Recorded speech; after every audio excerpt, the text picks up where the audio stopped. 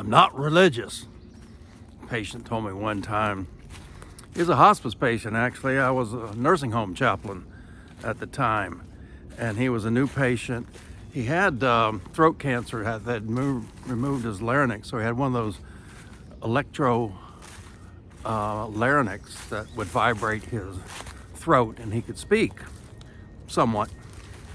On my first meeting with him, I saw him in the hallway. He was in a wheelchair. I'd been told, we have this new patient, he's a hospice patient. So I said hello, and he put his device to his throat, and his first words to me, the chaplain, was, "I'm not religious," which is not unusual for a chaplain to hear that, because people sometimes like, "I don't want to see you." He didn't say that. I says, "Well, we don't have to talk about religion. I just want to get to know you."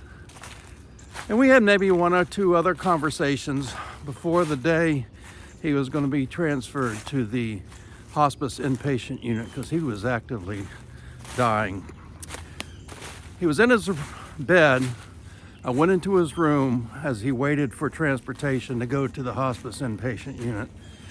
And I just, started with some pleasantries, but he wasn't using his device, and he mouthed, "I want to die."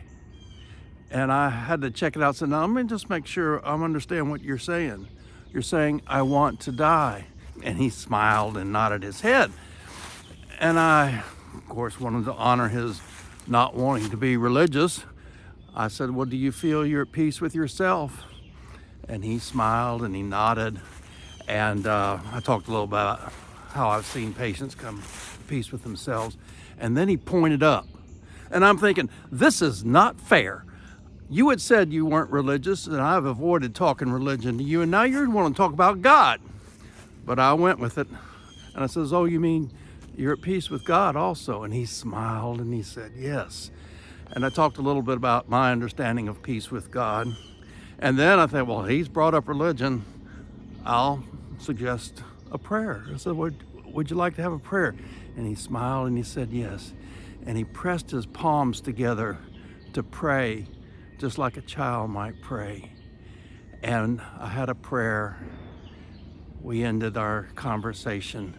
He left for the hospice unit and died a few days later. This is a great example. I think everybody comes to a spiritual conclusion. Elizabeth Kubler-Ross called it getting to acceptance. Kathleen Singh, in her wonderful book, The Grace in Dying, talks about we all get to this point, sometimes just in the last few minutes before death.